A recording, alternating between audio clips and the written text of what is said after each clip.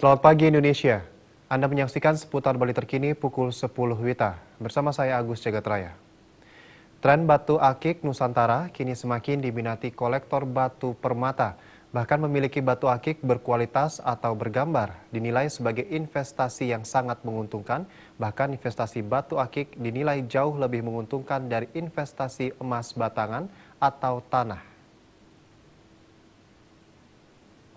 Batu akik semakin dikenal masyarakat sebagai batu permata yang memiliki keindahan tersendiri dan sangat unik. Tak hanya pencinta batu di dalam negeri, jenis akik juga semakin diminati para kolektor dari berbagai belahan benua. Kolektor batu akik Wayan Astawa Saputra mengatakan, batu akik memiliki harga yang bervariasi, dimulai ratusan ribu rupiah dalam bentuk lempengan atau mata cincin, hingga ratusan juta rupiah. Tren batu yang meluas di seluruh Nusantara menempatkan batu akik sebagai salah satu investasi yang sangat menguntungkan dan diduga harganya akan terus meningkat.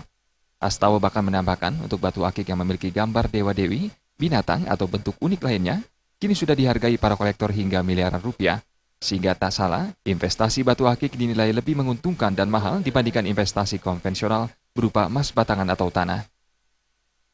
Sudah tergambar itu lagi tergantung profil gambarnya. Kalau profil gambar simbol itu dan lagi hampir menyerupai 100% itu ya 90% lah, jangan 100%, 90% itu sudah harganya sudah sangat mahal mungkin kalau bisa nak dijual lagi ya sampai miliaran. Bisa kemarin tuh ada punya teman Nyi Roro Kidul, dalam profil Nyi Roro Kidul udah ditawar 3M kalau nggak salah tuh nak dilepas terus dia minta 5M. Wayan Astawa Saputra menambahkan, nilai batu akik bergambar sangat mahal. Karena untuk menemukan sosok wajah atau profil tertentu di batu akik sangat sulit, bahkan bisa dikatakan, satu truk batu akik belum tentu bisa menghasilkan batu akik bergambar unik. Untuk menghasilkan batu akik bergambar, juga harus diperlukan keahlian khusus, agar corak pada batu bisa dimunculkan secara utuh, kalau tidak, nilai batu akik akan jatuh. Suteja dan Setiawan, Bali TV.